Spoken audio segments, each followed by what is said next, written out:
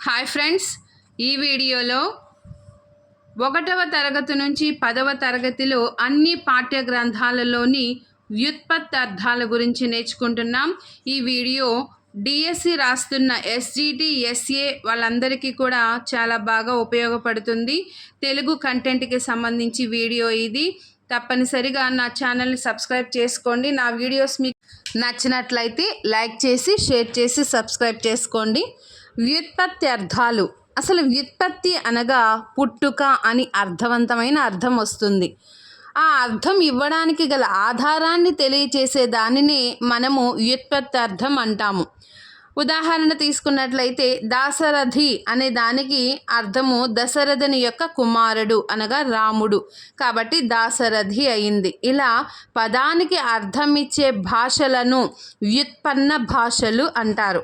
ఈ వ్యుత్పన్న భాషలు అనేది సంస్కృత భాష వ్యుత్పన్న భాష. అమ్మ, నాన్న అనే పదాలు చూడండి, వాటికి అసలు మనం అర్థాలను వర్ణించలేం. అనగా ఆ పదం ఎలా పుట్టిందో కూడా మనం చెప్పలేం. వీటిని ఏమంటారంటే అవ్యుత్పన్న భాషలు అంటాము. అర్థం లేని పదాలను అవ్యుత్పన్న భాషలు అంటాము. వీటికి వ్యుత్పత్తి అర్థాలు ఉండవు. ఆ పదం ఎలా పుట్టిందో మనము చెప్పలేము, కాబట్టి వీటిని అవ్యుత్పన్న భాషలు అంటాము. తెలుగు భాష అవ్యుత్పన్న భాష, కానీ సంస్కృత భాష వ్యుత్పన్న భాష. మనము నేర్చుకునే అన్నీ కూడా వ్యుత్పత్తి అర్థాలు సంస్కృత భాషకు అర్థాలే. ఇక్కడ చూడండి, మనం అబ్జం నీటి నుండి పుట్టినది పద్మం. వ్యాఘ్రము పొడల చేత నానా వర్ణాలతో కలది పులి. ప్రదక్షిణ దేవతాదులను ఉద్దేశించి 3 సార్లు కుడివైపుగా తిరగడం, దీనిని ప్రదక్షిణ అంటాం. ప్రాణం శరీరాన్ని నిలిపే వాయువు జీవము. ధర్మం జనుల చేత పోనబడునది ధర్మం. రక్తం ఎర్రని వర్ణం కలది. దాశరథి దశరథుని కుమారుడు రాముడు. దేహి దేహాన్ని ధరించినవాడు మనిషి. భాస్కరుడు కాంతిని కలుగచేయువాడు సూర్యుడు. కార్ముకం కర్మకారునిచే చేయబడినది విల్లు. పయోనిధి నీటికి స్థానమైనది సముద్రం. అమరులు మరణము లేనివారు. ఉదధి ఉదకము దీనియందు ధరించబడును సముద్రం. ఉదకము అనగా నీరు అనే అర్థం వస్తుంది. ప్రభంజనం వృక్ష శాఖాదులను విరగ్గొట్టేది వాయువు. దానవులు ధనువు అనే స్త్రీ యందు పుట్టినవారు రాక్షసులు. కేసరి జూలు కలిగినది. జూలు అనగా కేశములు అనే అర్థము. జూలు కలిగినది సింహం.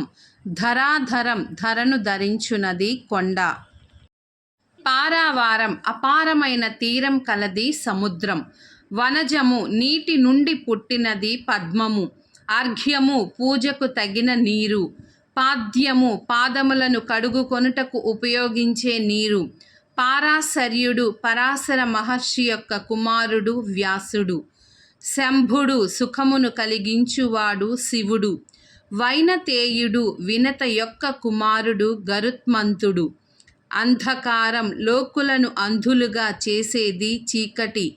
అనలుడు లోకమునకు జీవనాధారమైనవాడు అగ్ని. అనిమిషులు రెప్పపాటు లేనివారు దేవతలు. అనిలుడు ప్రాణులకు జీవనాధారమైనవాడు వాయువు. అమృతం మరణమును పొందింపనిది సుధా. ఇతిహాసం ఇలా జరిగింది అని చెప్పేది తొల్లిటి కథ. ఉరగము ఉరస్సు అనగా రొమ్ముతో పాకేది, పొట్టతో పాకేది అని అర్థం వస్తుంది పాము. ఉర్వి విశాలమైనది భూమి. కంఠీరవం కంఠంలో ధ్వని కలది సింహం. క్ష్మా భారం వహించడంలో ఓర్పు కలది భూమి. కేశము శిరస్సున ఉండేది వెంట్రుక. ఖగం ఆకాశంలో పోయేది పక్షి. ఛాందసుడు ఛందో రూపమైన వేదం చదివినవాడు బ్రాహ్మణుడు. తార దీనిచే నావికులు తరింతురు చుక్క. దినకరుడు దినాన్ని కలుగచేయువాడు సూర్యుడు. ధరణి సమస్తాన్ని ధరించునది భూమి. నందనుడు సంతోషమును కలిగించువాడు కొడుకు. భూజము భూమి నుండి పుట్టినది చెట్టు. వారిజము నీటి నుండి పుట్టినది పద్మం.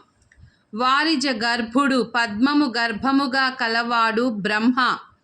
స్రవంతి పర్వతాదుల నుంచి స్రవించేది నది. అంబుజనాథుడు పద్మం నాభియందు కలవాడు విష్ణువు. అకూపారం కుత్సితము కాని దరి కలిగినది సముద్రం. అక్షరం నాశనం లేనిది వర్ణం పరబ్రహ్మం. అతిథి తిథి వారం మొదలగు నియమాలు లేకుండా ఇంటికి భోజనానికి వచ్చేవాడు ఆగంతకుడు. ఆత్మజుడు తన వల్ల పుట్టినవాడు కుమారుడు. క్ష్మాపాలుడు భూమిని పాలించేవాడు రాజు. గురువు అజ్ఞానమనే అంధకారమును తొలగించువాడు. జలజాతం నీటి నుండి పుట్టినది పద్మం. జలధి జలమును ధరించినది సముద్రం. దాశరథి దశరథుని కుమారుడు రాముడు. మధువ్రతం మధువు సేకరించడం వ్రతంగా కలిగినది తుమ్మెద. పంచాస్యం వెడల్పైన ముఖం కలది సింహం. భూసురులు భూమి మీది దేవతలు బ్రాహ్మణులు. భృంగం నీలిమను భరించేది తుమ్మెద. ధర సమస్తాన్ని తనలో ధరించేది భూమి.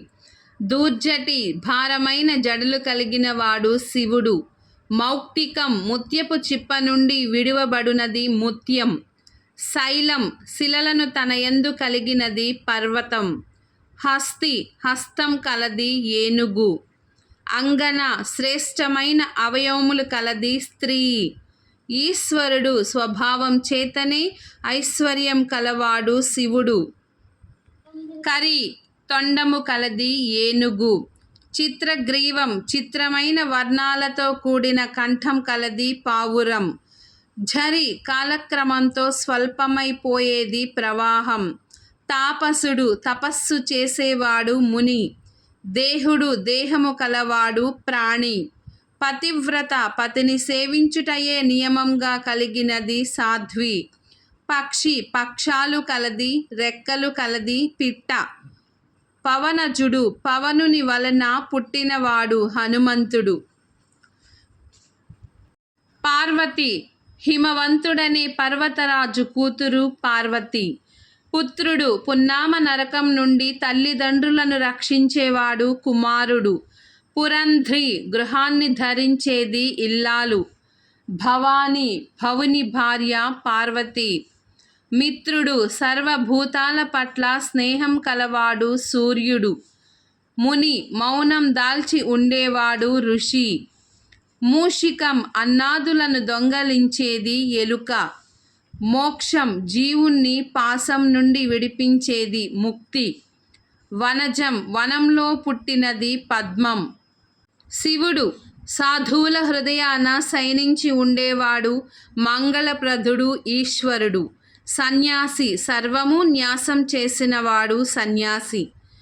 సముద్రం చంద్రోదయం వలన ఎక్కువగా వృద్ధి పొందేది వార్ధి.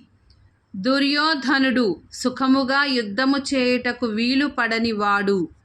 కృష్ణుడు కృష్ణవర్ణము కలవాడు భక్తుల హృదయాలకు ఆకర్షించువాడు. శ్రీ విష్ణువును ఆశ్రయించునది. ధృతరాష్ట్రుడు ధరింపబడిన రాష్ట్రము కలవాడు దుర్యోధనాదుల తండ్రి. సరస్వతి అంతటను వ్యాపించియుండునది. లక్ష్మి ఈమెచే సర్వము చూడబడును. సత్యం సత్పురుషుల యందు పుట్టినది నిజం. శాసనం దీని చేత శిక్షింపబడును ఆజ్ఞ. అహిమభానుడు చల్లనివి కాని కిరణములు కలవాడు సూర్యుడు. నిదాఘము దీనియందు జనము మిక్కిలి వహింపబడతారు గ్రీష్మ ఋతువు. వనచరము వనమునందు చరించునది కోతి.